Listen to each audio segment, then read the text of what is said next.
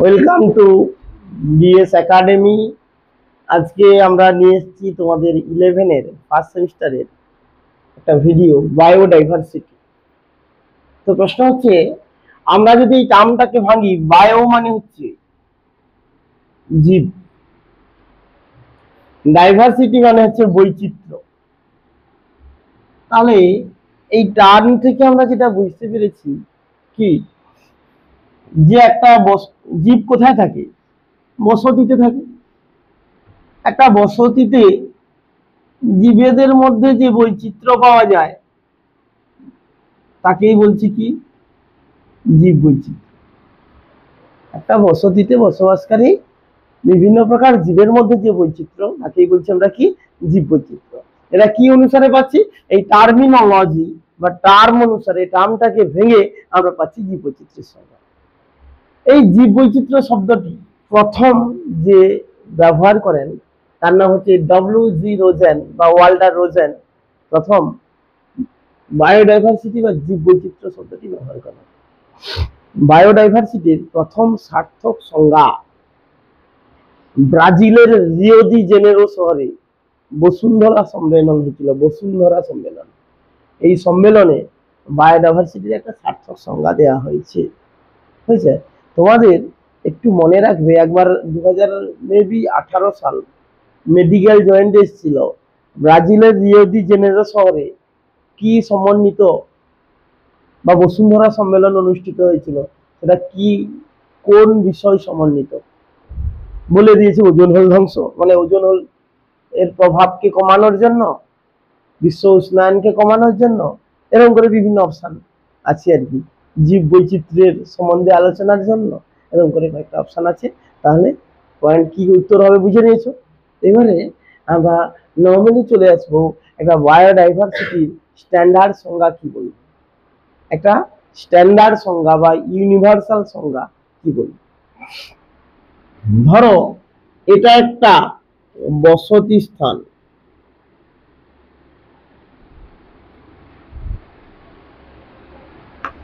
বসতি স্থান বা বাসস্থান। একটা বাসস্থানের আন্ডারে বিভিন্ন কি রয়েছে, স্থান রয়েছে। যেমন ধরো তুমি একটা ধরে নাও যে বাজকুল, বাজকুল একটা কি বসতি স্থান, যার আন্ডারে রয়েছে কি, তৃণভূমি রয়েছে। টোটাল যদি বাজকুলটাকে আমরা গ্রাফ করি, কোনটা কত পার্সেন্ট পাই চার্ট করলে, যে একটা নির্দিষ্ট পার্সেন্টেজ তৃণভূমি রয়েছে, যেখানে কি পাওয়া যায়, জীবের কোন জীব পাওয়া যায়, ঘাস, সাধারণত ঘাস ফড়িং, ব্যাং, সাপ, বাজ পাখি, এদের পাওয়া যায়। আবার যদি একটা বনভূমি ধরি, দেখা যাবে তৃণভূমির সাথে কিছু কমন জীব পাওয়া যায়, কিন্তু হুবহু সেম জীব পাওয়া যায় না। সেখানে কি পাওয়া যাবে বনভূমিতে বলো? সেখানে পাওয়া যাবে ধরো সাপ পাওয়া যাবে, বিভিন্ন ছোট বড় গাছ পাওয়া যাবে, নিচে অল্প ঘাস পাওয়া যাবে, বিভিন্ন প্রজাতির পাখি পাওয়া যাবে। এই ধরনের জিনিসগুলো আমরা নর্মালি দেখবো। এরপর আমরা যদি দেখি জলাশয়, জলাশয় কিভাবে জুপ্লাঙ্কটন, ফাইটোপ্লাঙ্কটন, তারপর কিভাবে ছোট মাছ, বিভিন্ন বড় মাছ পাবে, তারপর শামুক, ঝিনুক, গুগলি, এই ধরনের জীবের বৈচিত্র্য। আবার যদি মানুষের বসতি স্থান ধরো, মানে কতটা হিউম্যানের হ্যাবিটেট, মানে মানুষের বসতি স্থান, মানে বিল্ডিং, পারিপার্শ্বিক এলাকা বা বিল্ডিং কতটা স্থান জুড়ে রয়েছে, বা মানুষের বসতি কতটা স্থান জুড়ে রয়েছে, সেখানে কি দেখতে হবে, মানুষ দেখতে হবে। তারপর কি হচ্ছে, গরু, ছাগল পাশাপাশি আর কি, সেই মানুষের বসতি স্থানের পাশাপাশি গড়ে উঠেছে। হ্যাঁ, তারপরে সাপ, ব্যাং টুকটাক হয়তো দেখতে পারো, বুঝতে পেরেছো। সাথে সাথে ঘর হলে ব্যাং আছে, বিভিন্ন। তো প্রশ্ন হচ্ছে, দেখো তাহলে আমরা কি বলবো, একটা বাজকুল একটা বসতি স্থান সাপেক্ষে আমরা দেখলে যে একটা নির্দিষ্ট বসতি স্থানের বিভিন্ন স্তরে বসবাসকারী বিভিন্ন প্রজাতির জীবের মধ্যে যে বৈচিত্র্য, সেটা এই বসতি স্থানের জীব বৈচিত্র্য। বোঝা গেছে না যায়নি? একটা বসতি স্থানের তো বিভিন্ন স্তরে ভাগ করেছি, বিভিন্ন স্থানে ভাগ করেছি। তাহলে একটা বসতি স্থানের বিভিন্ন স্তরে, এই যে স্তরগুলো বা বিভিন্ন স্থানে বসবাসকারী বিভিন্ন প্রকার জীবের মধ্যে যে বৈচিত্র্য, সেটাই ওই বসতি স্থানের জীব বৈচিত্র্য। এইবারে আমরা যদি একটা ইউনিভার্সাল সংজ্ঞা ধরি, তাহলে আমরা তো শুধু বাজগুলোর বৈচিত্র্য নিয়ে আলোচনা করবো না, তাহলে সারা পৃথিবীর সাপেক্ষে করবো। তাহলে সারা পৃথিবীতে এইরকম বাজগুলোর মতো একাধিক বসতি স্থান আছে, তাদের এরকম বিভিন্ন স্তর আছে বা স্থান আছে এরকম। তাহলে আমরা সংজ্ঞা কি বলবো? বিভিন্ন বসতি স্থানের বিভিন্ন স্তরে বসবাসকারী বিভিন্ন প্রকার জীবের মধ্যে যে বৈচিত্র্য, তাকেই বলছি জীব বৈচিত্র্য। বোঝা গেছে না যায়নি? হয়েছে? তাকেই বলছি কি? জীব বৈচিত্র্য। এটা ক্লিয়ার হয়েছে? এইবারে আমরা চলে আসবো যেটা, যে জীব বৈচিত্র্যকে আমরা নর্মালি ভাগ করব কভাগে? 3 ভাগে ভাগ করব। একটা আলফা ডাইভার্সিটি, সরি একটু ভুল বলছি, টাইপ যদি আমরা দেখি বায়োডাইভার্সিটি, সেটা আমরা নর্মালি কি কি পাবো দেখো। একটা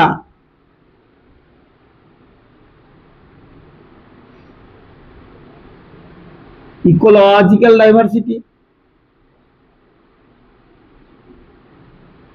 বা বাস্তুতান্ত্রিক জীব বৈচিত্র্য, সেকেন্ড জেনেটিক ডাইভার্সিটি বা জিনগত বৈচিত্র্য, থার্ড হচ্ছে স্পিসিস ডাইভার্সিটি বা প্রজাতিগত বৈচিত্র্য। তো আমরা ইকোলজিক্যাল ডাইভার্সিটি বা বাস্তুতান্ত্রিক বৈচিত্র্য বলতে কি বুঝি? দেখো, তুমি যদি ধরো আমাদের মানুষ, আফ্রিকার মানুষকে দেখতে আলাদা, বুঝতে পেরে গেছো? গায়ের বর্ণ, তাদের মুখের গড়ন আলাদা। আবার আমেরিকার মানুষকে দেখবে আলাদা, আর ভারতের মানুষকে দেখবে আলাদা। আমি 3টা সিম্পল এক্সাম্পল দিচ্ছি। তাহলে প্রশ্ন হচ্ছে, একটা প্রজাতির জীব, একই প্রজাতির জীব, মানুষ সবাই একই প্রজাতি, শুধুমাত্র ভৌগোলিক পার্থক্যের কারণে তাদের আকার আকৃতির মধ্যে পার্থক্য লক্ষ্য করা যাচ্ছে। মানুষ কেন, অন্যান্য জীবের বৈচিত্র্য লক্ষ্য করলেও দেখতে পাবে ভৌগোলিক পার্থক্যের কারণে কি হচ্ছে, জীবের আকার আকৃতি সংখ্যা বিভিন্ন বৈচিত্র্যতা লক্ষ্য করা যায়। সংখ্যার বৈচিত্র্য মানে কোথাও একটু বেশি আছে, কোথাও একটু কম আছে। বোঝা গেছে না জানি? তাহলে কেন ইকোলজিক্যাল ডাইভার্সিটি বা বাস্তুতান্ত্রিক কথাটা বলছি কেন, কিসের জন্য হচ্ছে? জীব বৈচিত্র্যটা এখানে কি কারণে হচ্ছে? এই যে মানুষের মধ্যে বৈচিত্র্য, আকার আকৃতি বা অন্যান্য দিক থেকে এই বৈচিত্র্যটা বিস্তর পার্থক্য, কোথা থেকে হচ্ছে, কেন হচ্ছে? যে কি ভেদে?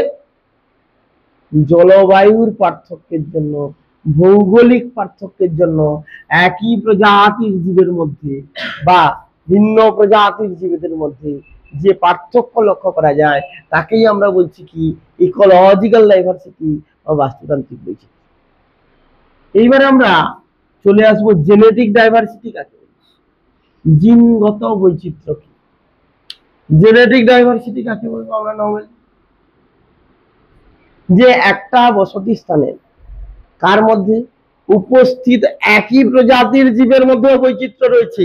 দেখো, এখানে আমরা বসে আছি, মেল ফিমেলের বৈচিত্র্য একটু অন্য কারণে হয়, সেক্সুয়াল ডাইমরফিজমের কারণে, যৌন দ্বিরূপতার কারণে। কিন্তু আমরা যদি দেখি এই মেল গুলোর মধ্যেও যদি ভালো করে লক্ষ্য করে দেখি, তোমাকে দেখতে আলাদা, আমাকে দেখতে আলাদা, তাকে দেখতে আলাদা, তাকে দেখতে আলাদা, প্রত্যেকটা দেখতে হুবহু কখনো একই হয় না, সাধারণত জমজ ছাড়া হুবহু একই সাধারণত হতে পারে না। কারণ কি? কেন একই হয় না? আমরা তো মানুষ, কেন একই হবে না? আমরা তো একই প্রজাতির জীব, কেন আলাদা হচ্ছে? কারণ আমাদের প্রত্যেকটা বৈশিষ্ট্য জিন দ্বারা নিয়ন্ত্রিত হয়। মেন্ডেলিয়ান নীতি অনুসারে 50% আছে প্যাটার্নাল সাইড মানে পিতার দিক থেকে, আর 50% বৈশিষ্ট্য আছে ম্যাটার্নাল সাইড মানে মাতার দিক থেকে। মানে আমাদের যে জিন, যখন তোমরা দেখেছো গ্যামেট গঠনকালে কি হয় বলতো, পিতা এবং মাতার যে ক্রোমোজোম গ্যামেট গঠনকালে অর্ধেক হয়ে যায় মিওসিস বিভাজনের ফলে। এরপর পিতার কি হচ্ছে, হ্যাপ্লয়েড, মাতার হ্যাপ্লয়েড গ্যামেট মিলিত হয়ে কি তৈরি করে, আমাদের আমরা তৈরি হয়েছি। তাহলে আমরা হচ্ছে কি, আমাদের পিতার অর্ধেক ক্রোমোজোম, মাতার অর্ধেক ক্রোমোজোম আছে। তাহলে কি হচ্ছে, সে আছে যদি হয় স্যার একই মায়ের দুজন সন্তানকে হুবহু কেন দেখতে একই হয় না? এটাও জিনের কারণ। কারণ কি, একই পিতামাতার সেম ক্রোমোজোম গেলেও যে জিনটা এক্সপ্রেস করছে না, দেখা যাচ্ছে কোনো কারণে পিতার জিনটা বেশি এক্সপ্রেস করছে, প্রকাশ পাচ্ছে, বলছি ছেলেটাকে তার বাবার মতো দেখতে। কোনো ক্ষেত্রে দেখা যায় মাতার জিনটা বেশি প্রকাশ পাচ্ছে, ছেলেটাকে মার মতো দেখতে। আবার কোনো ক্ষেত্রে বলছি কি, পিতা মাতার জিন মিশ্র ভাবে প্রকাশ পেয়েছে, বলছি নাকটা মার মতো, চোখটা বাবার মতো, মুখটা। বুঝতে পেরেছো কথাটা? তাহলে প্রশ্ন যেটা দাঁড়াচ্ছে কি, যে এই যে আমাদের মধ্যে বৈচিত্র্য বা একই মায়ের দুজন সন্তানের মধ্যে বৈচিত্র্য, এটা আসছে কি এই জিনের পার্থক্যের জন্য, জিনের প্রকাশের পার্থক্যের জন্য এই ধরনের জিনিসগুলো হচ্ছে। তাহলে কি বলছি, তাহলে একটা বসতি স্থানে একই প্রজাতির জীবের মধ্যে জিনের পার্থক্যের কারণে যে বৈচিত্র্য লক্ষ্য করা যায় তাকেই বলছি জেনেটিক ডাইভার্সিটি। হয়তো আমাদের মধ্যে জিনের দেখা যাবে যে অধিকাংশ হয়তো জিনের অনেক সিমিলারিটিজ আছে, কিন্তু এক্সপ্রেশনটা তোমার ক্ষেত্রে দেখাচ্ছে আমি ধরো কালো, আমার ক্ষেত্রে কালোর জিনটা যে এক্সপ্রেস করছে, তোমার দেখাচ্ছে ফর্সা, তোমার ক্ষেত্রে ফর্সার জিনটা এক্সপ্রেস করছে। কথাটা বুঝতে পারছো তো? মানে মানে এক্সপ্রেস করছে মানে কি, প্রশ্ন হচ্ছে কোন জিনটাকে মানে এক্সপ্রেস করছে তার উপর ডিপেন্ড করছে। কথাটা বুঝতে পেরেছো না? কারণ এই ব্যাপারগুলো হচ্ছে, তো সেরকম জিনিসগুলো, এগুলো হচ্ছে জেনেটিক ডাইভার্সিটি বলছি। একই প্রজাতির জীবের মধ্যে জিনের পার্থক্যের কারণে যে বৈচিত্র্য, সেটাই আমাদের কি জেনেটিক ডাইভার্সিটি বলছি। এরপর আমরা চলে আসি স্পিসিস ডাইভার্সিটি। স্পিসিস ডাইভার্সিটি কাকে বলবো? স্পিসিস ডাইভার্সিটি মানে দেখো, প্রজাতি ভেদে আমরা জীবেদের মধ্যে আকার, আকৃতি, আচার, আচরণগত বিভিন্ন পার্থক্য লক্ষ্য করি, একেই বলছি প্রজাতি বৈচিত্র্য। তুমি যদি একটা দেখো গরু, ছাগল, আবার বাঘ, সিংহ, এদেরকে দেখো, প্রত্যেকটা প্রাণীর মধ্যে অনেকটা করে বৈচিত্র্য রয়েছে। কিসের জন্য? তাদের মধ্যে প্রজাতি ভেদে। প্রজাতি ভেদে জীবেদের মধ্যে যে বৈচিত্র্য লক্ষ্য করা যায় তাকেই বলছি আমরা প্রজাতি বৈচিত্র্য। হয়েছে? তাহলে এটা কিসের কারণে হলো? ভৌগোলিক পার্থক্যের কারণে, এটা জিনের পার্থক্যের কারণে, এটা প্রজাতি ভেদে, মানে প্রজাতিদের মধ্যে কেন বৈচিত্র্য আসছে, সেই ঘুরে ফিরে তাদের মধ্যে কি হয়েছে, জিনের অনেকটা বেশি পার্থক্য। বোঝা গেছে না? জানি ভিন্ন ভিন্ন প্রজাতি হলে তারা নিজেদের মধ্যে প্রজনন ক্রিয়া সম্পন্ন করে, তাদের জিনের সেটআপের সাথে আমাদের জিনের সেটআপের পার্থক্য কিছুটা হলেও রয়েছে, এই জন্য তাদের বিস্তর পার্থক্য লক্ষ্য করা যায়। বোঝা গেছে না? জানি। তো এইবার আমরা চলে আসব যে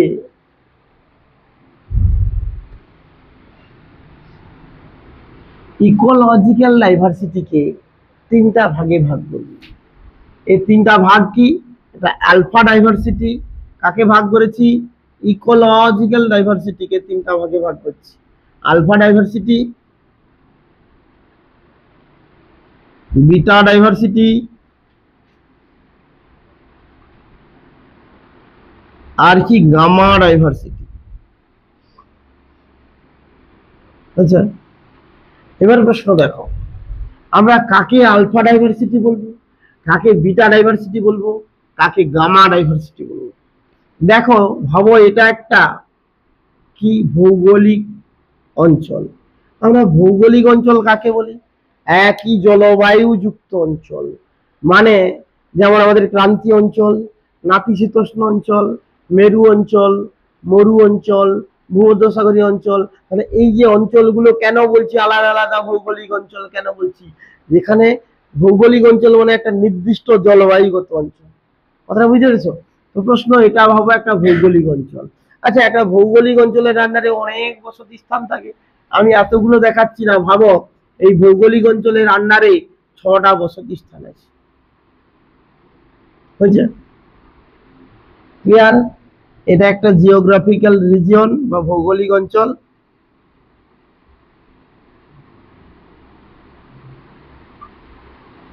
যার আন্ডারে এতগুলো বসতি স্থান আছে।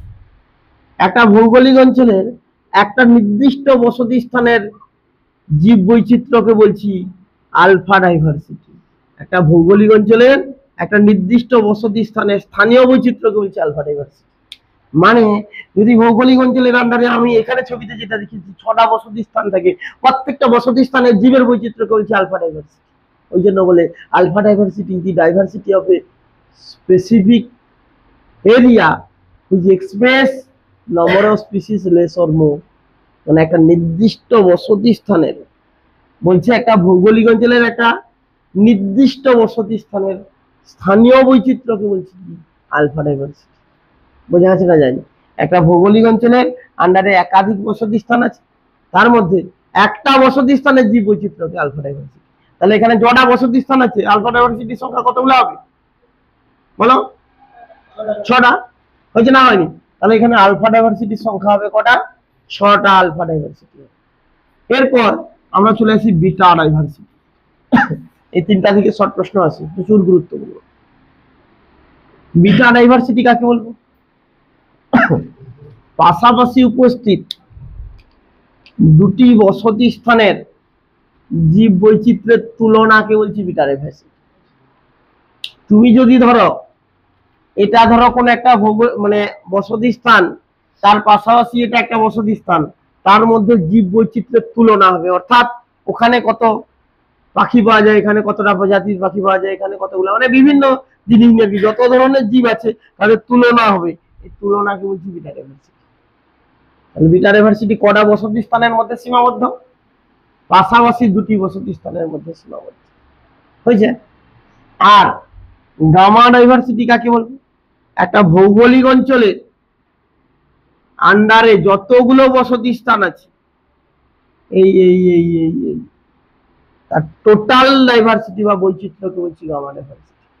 তাহলে গামা ডাইভার্সিটি মানে, আবারও বলছি, একটি ভৌগোলিক অঞ্চলের মধ্যে উপস্থিত সমগ্র বসতি স্থানের জীব বৈচিত্র্যকে একত্রে বলি কি গামা ডাইভার্সিটি। বোঝা গেছে না গাই? মানে গামা ডাইভার্সিটি কি বলছি? তাহলে তোমাকে যদি প্রশ্ন করে একটা বৃহৎ অঞ্চলে, বৃহৎ ভৌগোলিক অঞ্চলের জীব বৈচিত্র্যকে কি বলবো? গামা ডাইভার্সিটি, মানে পুরোটাকে বোঝাচ্ছে। আবার প্রশ্ন করতে পারে একটি বৃহৎ ভৌগোলিক অঞ্চলের সমগ্র বসতি স্থানের বৈচিত্র্যকে কি বলবো? সমগ্র বসতি স্থানের বৈচিত্র্যকে গামা। হয়েছে? আচ্ছা, এখানে আমরা এবার পড়ব আলফা বিটা গামার পার্থক্য। মানে এইটাকে যদি ধরো এই সেন্স, এটা বিটা ডাইভার্সিটি, আর টোটাল যদি ধরো এটা আছে কি গামা ডাইভার্সিটি। এবার আমরা চলে আসবো আলফা বিটা গামার পার্থক্য।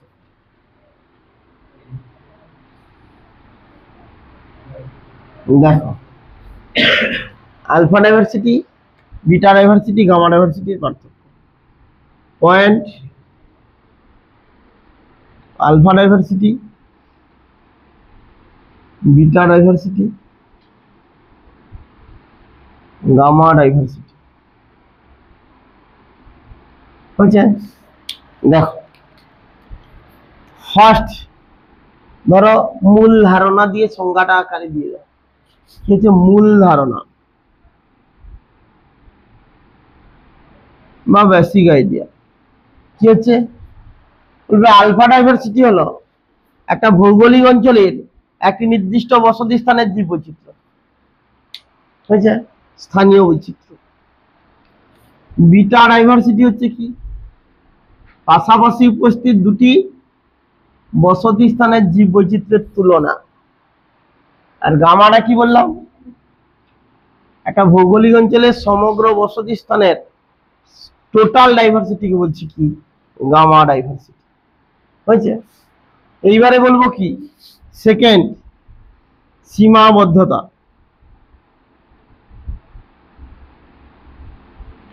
আলফা ডাইভার্সিটি কটা বসতি স্থানের মধ্যে সীমাবদ্ধ? ভালো করে বলো তো, কটা? একটা না দুটো না তিনটা? কটা? কটা বসতি স্থানের মধ্যে সীমাবদ্ধ? একটি বসতি স্থানের মধ্যে সীমাবদ্ধ।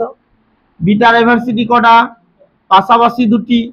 আর গামা ডাইভার্সিটি সমগ্র বসতি স্থান, মানে একটা ভৌগোলিক অঞ্চলের সমগ্র বসতি স্থানের মধ্যে সীমাবদ্ধ। এরপর জীবের বৈচিত্র্য ধরলে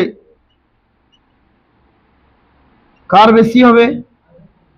আলফার কম, কারণ একটা বসতি স্থানের জীব বৈচিত্র্য। বিটার কি হবে তুলনামূলক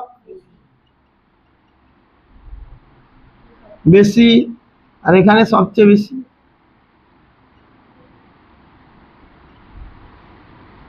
হয়েছে? এরপর চলে আসবো কি বলবো, ইকুয়েশন বা সূত্র।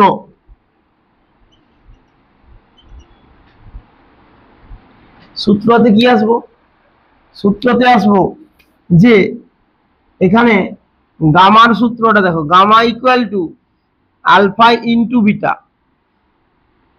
তাহলে বিটা ইকুয়াল টু কি হবে,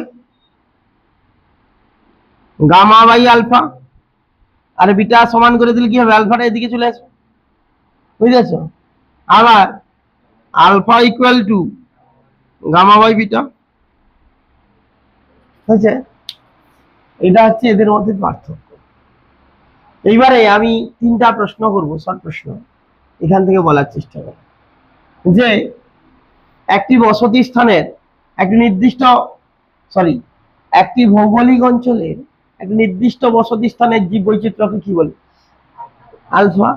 তারপরে বলতে চাইছি কি, একটি ভৌগোলিক অঞ্চলের দুটি বসতি স্থানের জীব বৈচিত্র্যের তুলনাকে কি বলে, আর একটি বৃহৎ ভৌগোলিক অঞ্চলের জীব বৈচিত্র্যকে কি বলে, গামা ডাইভার্সিটি। এইবারে আমরা চলে আসবো যেটা, সেটা হচ্ছে কি, মেগা ডাইভার্সিটি কান্ট্রি, অধিক বৈচিত্র্যের দেশ। এইবারে আমরা আসবো কি, মেগা ডাইভার্সিটি কান্ট্রি।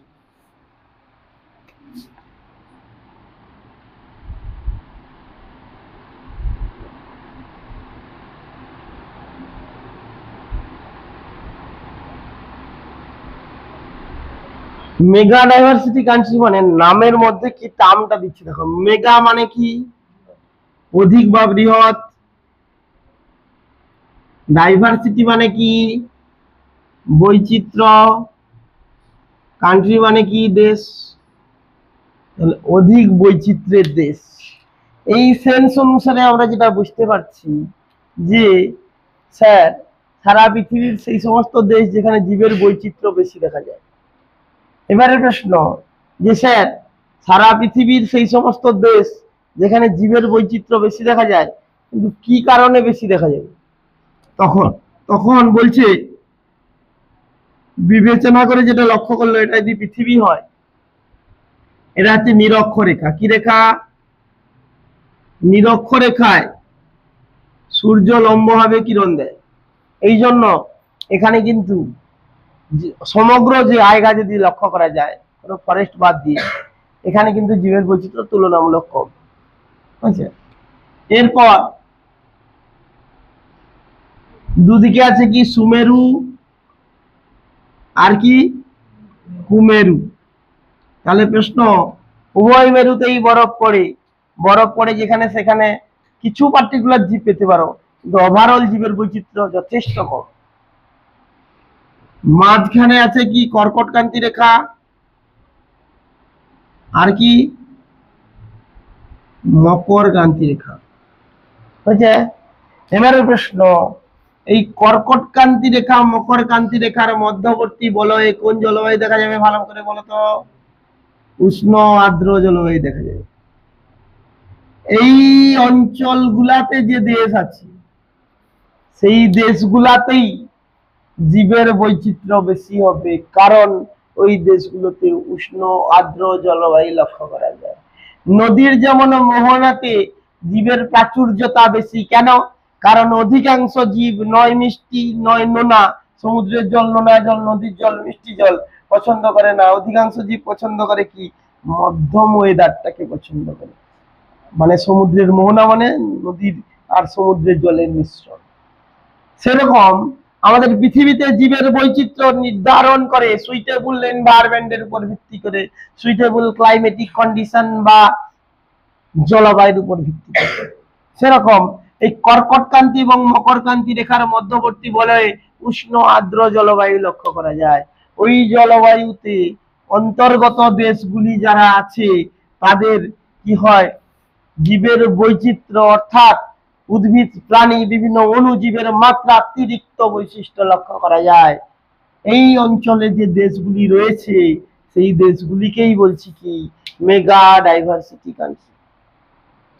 এই দেশগুলি যদি দেখা যায় সারা পৃথিবীর 10% গ্লোবাল ল্যান্ড সারফেস জুড়ে অবস্থান করেছে, অর্থাৎ এই দেশগুলি সারা পৃথিবীর 10% জায়গা জুড়ে অবস্থান করেছে, কিন্তু জীব বৈচিত্র্য দেখায় প্রায় 70% বা মোর দ্যান 50% জীব বৈচিত্র্য লক্ষ্য করা যায়।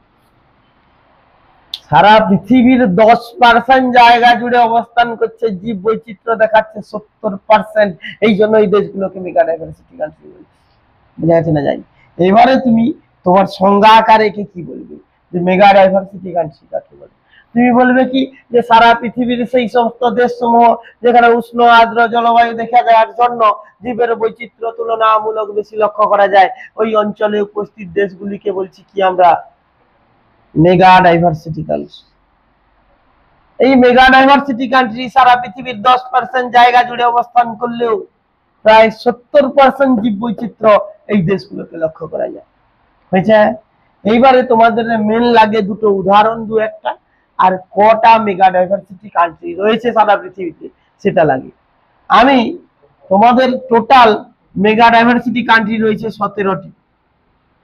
প্রশ্ন আছে অধিক বৈচিত্র্যের দেশের সংখ্যা কটা? 17টি রয়েছে। এইবারে অনেক সময় কোনো একটা দেশের উদাহরণ দিয়ে দেয় যে নিম্নলিখিত কোনটি মেগা ডাইভার্সিটি কান্ট্রি, সেটা জানার জন্য তোমরা 3-4টা মনে রাখবে। আমি এমনি বলছি যে দেশগুলো রয়েছে 1992 সালে, তোমাদের লাগবে না, এমনি বলছি। রায়ান জন বলে একজন বিজ্ঞানী, রায়ান জন, সে কি করেছে 11টা মেগা ডাইভার্সিটি কান্ট্রির কথা বলে। কি 11টা? Brazil, Colombia, Mexico, Australia, Indonesia, Malaysia, Peru, Ecuador, Bharat, Zaire, Madagascar. 11টা।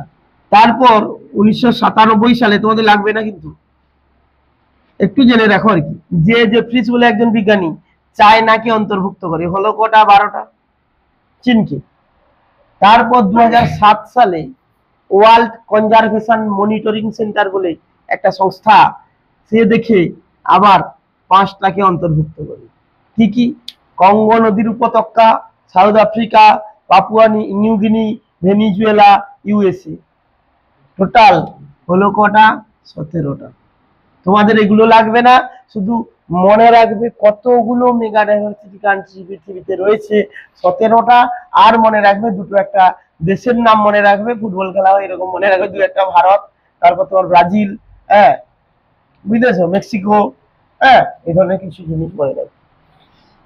এই অবধি হয়েছে। এইবারে আমরা যেটা পড়বো সেটা হচ্ছে কি হটস্পট। হ্যাঁ হ্যাঁ, 17টা মেগা ডাইভার্সিটি কান্ট্রি।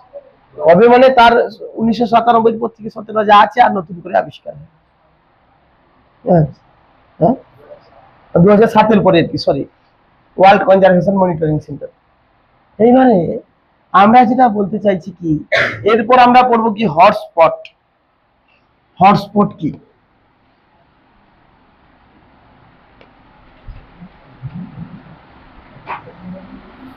হটস্পট কি?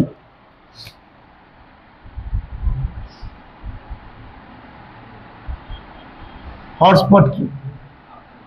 তো প্রশ্ন দেখো, হটস্পট আমরা কি বলছি যে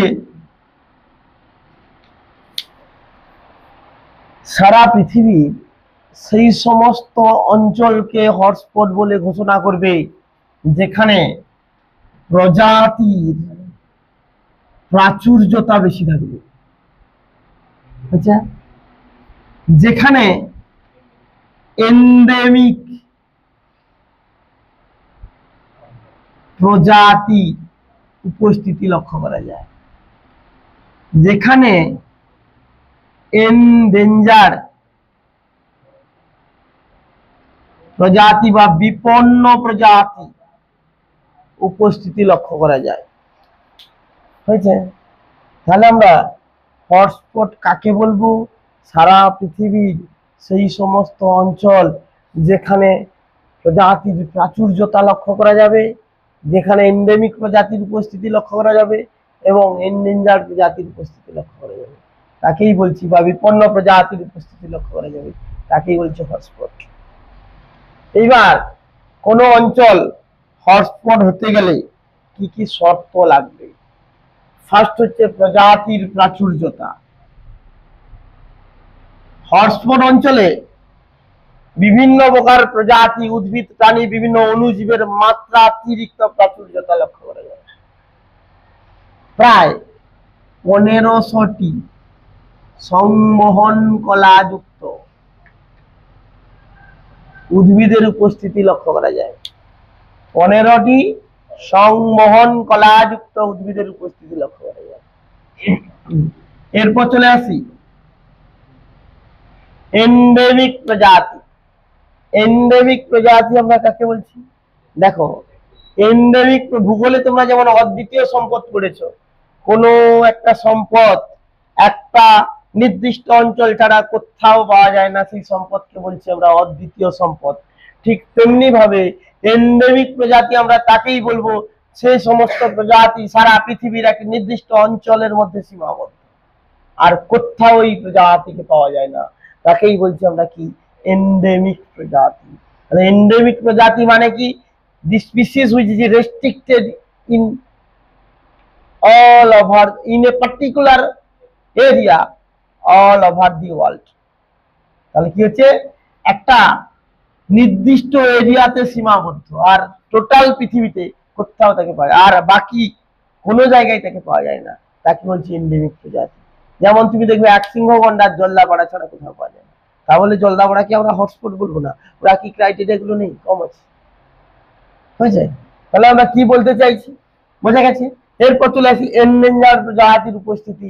আমরা এন্ডেঞ্জার্ড প্রজাতি কাকে বলবো? বিপন্ন প্রজাতি কাকে বলবো? যে প্রজাতি ভবিষ্যতে বিলুপ্ত হওয়ার সম্ভাবনা রয়েছে তাকেই বলছি আমরা কি? বিপন্ন প্রজাতি। মানে the species which have high risk of extinction in future. In future, যাদের ভবিষ্যতে বিলুপ্ত হওয়ার সম্ভাবনা আছে তাকেই বলছি কি? বিপন্ন প্রজাতি। হটস্পট তখনই ঘোষণা হয় একটা অঞ্চলের যে ধরনের প্রজাতি ছিল তার 70% প্রজাতি বিপন্নতার দিকে, মানে বসতি, প্রজাতি বলেনি, বসতি, হ্যাবিটেটটা ডিস্ট্রাকশন হয়ে গেছে।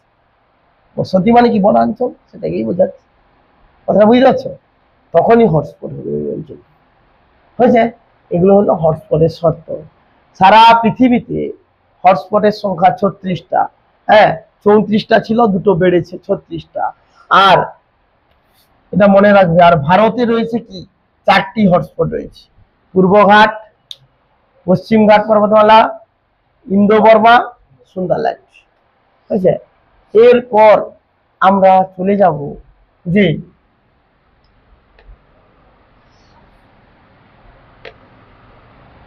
কোন অঞ্চলে জীবের বৈচিত্র্য হ্রাস পাওয়ার কারণগুলি কি?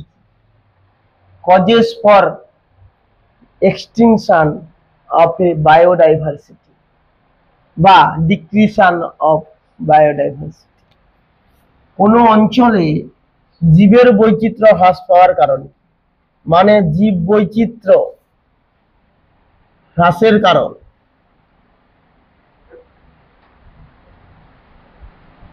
ফার্স্ট, হ্যাবিটেট ডিস্ট্রাকশন বা বাসস্থান ধ্বংস।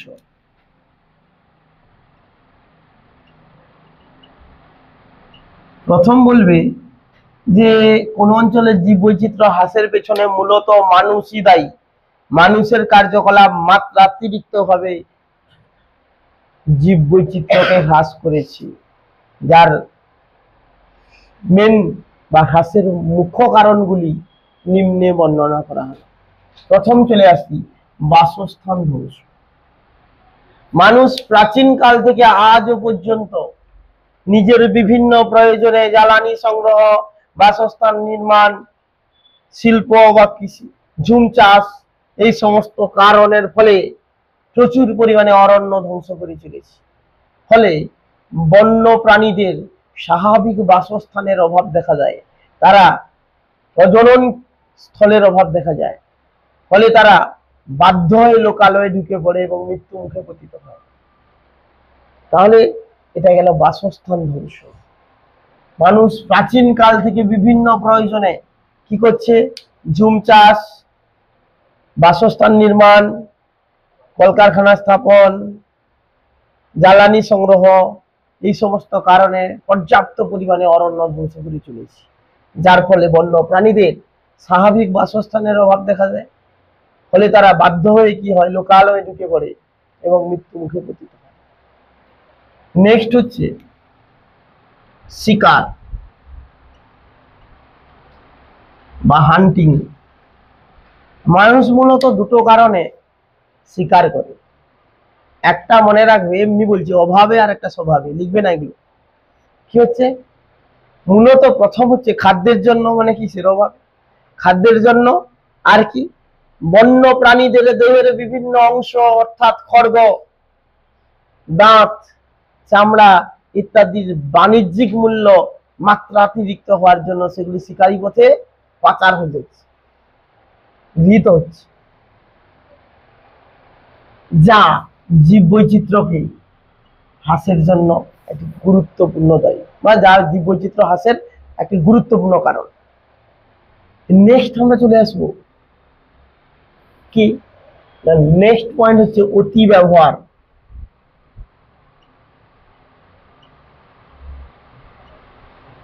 অতি ব্যবহার কি, যে বিভিন্ন মেডিসিনাল দেখবো প্ল্যান্ট গুলো, যেগুলো বিভিন্ন প্রকার মেডিসিনাল প্ল্যান্ট গুলোকে, যেগুলোর মেডিসিনাল ভ্যালু যথেষ্ট বেশি, সেগুলোকে মানুষ প্রাচীন কাল থেকে আজও পর্যন্ত মাত্রাতিরিক্ত ব্যবহারের ফলে, জনসংখ্যার চাহিদা বাড়ার ফলে ওই উদ্ভিদগুলোকে মাত্রাতিরিক্ত ব্যবহার করা হচ্ছে, যার ফলে ওই উদ্ভিদগুলোর সংখ্যাও আজকে ক্রমশ কমতে শুরু করেছে। বা বিভিন্ন প্র্যাকটিক্যাল পারপাসে আমাদের যে বিভিন্ন লাঠা মাছ বা বিভিন্ন ধরনের মাছগুলোকে কাটা হয়, যার ফলে ওই মাছের সংখ্যা মাত্রাতিরিক্ত হ্রাস পাচ্ছে। এই জন্য দেখবে কলেজ লেভেলে যে প্র্যাকটিক্যালে লাঠা মাছের অ্যাফারেন্ট ছিল, মানে ব্লাড সার্কুলেশন সিস্টেম ছিল, সেগুলোকে তুলে দিয়েছে আজকে 2-3 বছর। তুলে দিয়ে কি করেছে, তেলাপিয়ার করেছে, কারণ তেলাপিয়া তো সুপার ফিশ, প্রচুর বাড়ে সংখ্যায়, ওগুলো মরুক, টেনশন নেই। ব্যাঙের প্র্যাকটিক্যালও তুলে দিয়েছে, উভচরের সংখ্যা কমে যাচ্ছে। এমনি ওজন হলের একটা গুরুত্বপূর্ণ ফলাফল হচ্ছে ব্যাঙের সংখ্যা হ্রাস পাওয়া।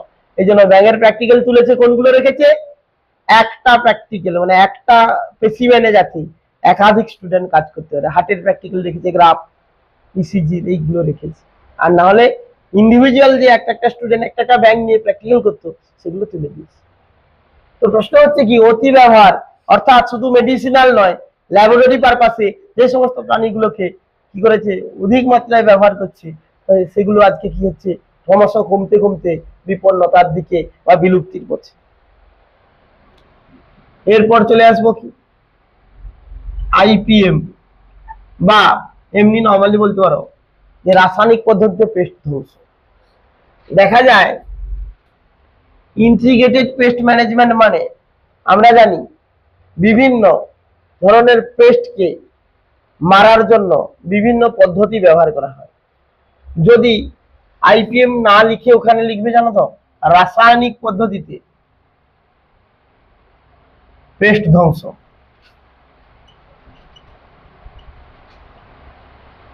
অর্থাৎ বিভিন্ন ধরনের পেস্ট মানে হচ্ছে ফসলে ক্ষতিকর জীবেদের আমরা বলি পেস্ট, বুঝতে পেরেছো? একে মারার জন্য যে কেমিক্যাল ব্যবহার করি তাকে বলি পেস্টিসাইড। এই যে কৃষিক্ষেত্রে বিভিন্ন ধরনের পেস্ট দমনের জন্য আমরা রাসায়নিক পদ্ধতিতে বিভিন্ন ধরনের পেস্টিসাইড গুলোকে ব্যবহার করি, যার ফলে টার্গেট প্রজাতি যেমন মারা যায়, তার সাথে সাথে নন টার্গেট প্রজাতি, যাকে আমরা টার্গেট করিনি, পরিবেশে যারা ক্ষতি করে না, তারাও মৃত্যুবরণ করছে। তার সাথে সাথে এর ফলে জীবের বৈচিত্র্য যথেষ্ট হ্রাস পাচ্ছে।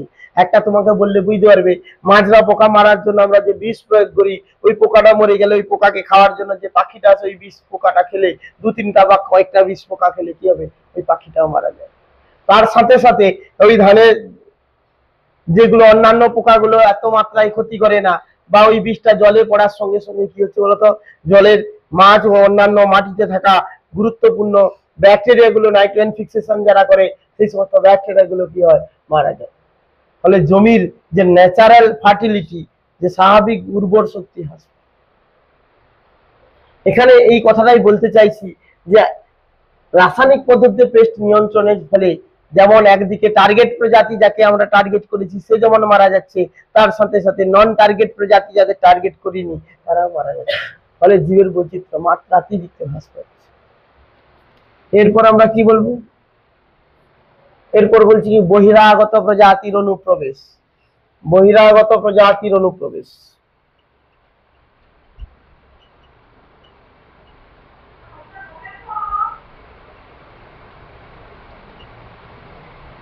বহিরাগত প্রজাতির অনুপ্রবেশ কি? বিভিন্ন প্রকার বহিরাগত প্রজাতির অনুপ্রবেশের ফলে আজকে দেশি প্রজাতির জীবেদের সংখ্যা, দেশীয় প্রজাতির জীবেদের সংখ্যা মাত্রাতিরিক্ত হ্রাস পাচ্ছে।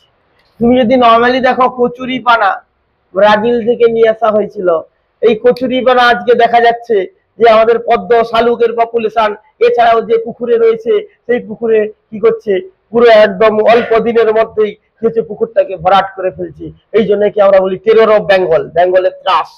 এছাড়াও কচুরিপানা কি করছে, পুকুরটাকে ভরাট করে দেওয়ার ফলে কি হচ্ছে, ওই পুকুরে কি হচ্ছে, তুমি মৃগেল, রুই কাতলা, মানে যেগুলোকে আমরা বলি কি, সরি, রুই কাতলা মৃগেল, এগুলো কাঠ জাতীয় মাছগুলো বা অন্যান্য মাছেরা, জিওল মাছ ছাড়া অধিকাংশ মাছ মৃত্যুবরণ করছে, কারণ ওই জলটা হাইলি পলিউটেড বা অত্যাধিক মাত্রায় দূষণ হয়ে যাচ্ছে।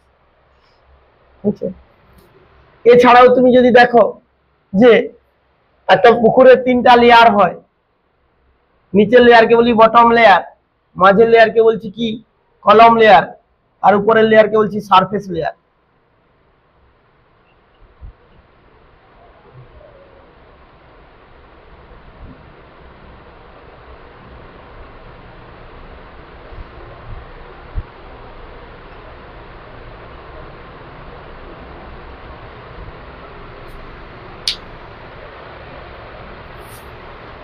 একটা হচ্ছে সারফেস লেয়ার, কলম লেয়ার, বটম লেয়ার।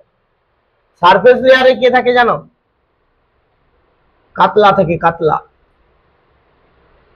ওই পুকুরে যদি তুমি সিলভার কাপ ছাড়ো, সিলভার কাপ বিদেশি প্রজাতি, তখন কি হবে, সিলভার কাপ ছাড়া মানে কাতলার পপুলেশন ক্রমশ, কাতলার বৃদ্ধিও কমবে, কাতলার পপুলেশন ক্রমশ কমতে থাকবে।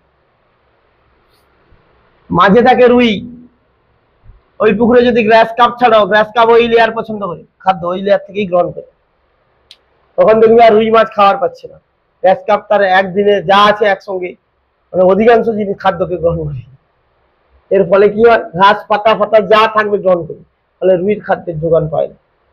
এই জন্য গ্যাস কাপ একটা বিদেশি প্রজাতি, ও থাকা মানে রুইর পপুলেশন কমবে। আবার নিচে থাকে মৃগেল, তুমি যদি সাইপিনাসকে ছাড়ো, এখন দেখা যাবে কি মৃগেলের পপুলেশন কমতে থাকে, কারণ দুজনে এক স্তরে প্রতিযোগিতা করে খাদ্য খাওয়ার জন্য। ঠিক আছে? প্রশ্ন হচ্ছে কি, এরা উপর নিচ যেতে পারে কিন্তু খাবারটা মূলত এই স্তরগুলো থেকে গ্রহণ করে। এবার আমরা চলে আসছি নেক্সট, প্রাকৃতিক দুর্যোগ।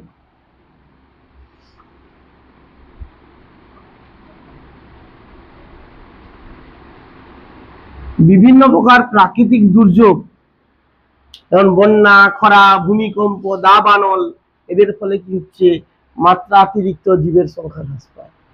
বুঝতে পেরেছ? এরপর আমরা চলে আসি কি, দূষণ। বিভিন্ন প্রকার দূষণের ফলেও জীবের সংখ্যা হ্রাস পায়, যেমন জল দূষণের ফলে কি হচ্ছে, এস্টুয়ারি, কোস্টাল ইকোসিস্টেম, মানে জলাশয়ের যে আমরা জল দূষণের ফলে বিভিন্ন ধরনের মানে নদী নালা, খাল বিল পুকুর, সেগুলোতে কি হচ্ছে, মাত্রাতিরিক্ত জল দূষণের ফলে অত্যাধিক জীবের সংখ্যা হ্রাস পায়, জীবের মৃত্যুবরণ করে, অধিক মাত্রায় জীব কি হয়, মৃত্যুবরণ করে। এছাড়াও রয়েছে কি, বায়ু দূষণের ফলে যে তোমাদের গ্লোবাল ওয়ার্মিং, ওজোন হোল, যা কি করছে, অধিকাংশ নিম্ন শ্রেণীর প্রজাতির প্রাণীগুলোকে কি করছে, অবলুপ্তির পিছনে তারাই দায়ী। বায়ু দূষণের ফলে যে গ্রিন হাউস এফেক্ট, ওজোন হোলের মতো ভয়াবহ ঘটনা ঘটছে, যা নিম্ন শ্রেণীর প্রাণীদের সংখ্যাকে মাত্রাতিরিক্ত কমিয়ে দিচ্ছে। ঠিক আছে? এগুলোই হচ্ছে ছিল আমাদের কি, জীব বৈচিত্র্য, মানে জীব বৈচিত্র্য হ্রাসের কারণ। এই পর্যন্ত আজকেই থাক। Thank you.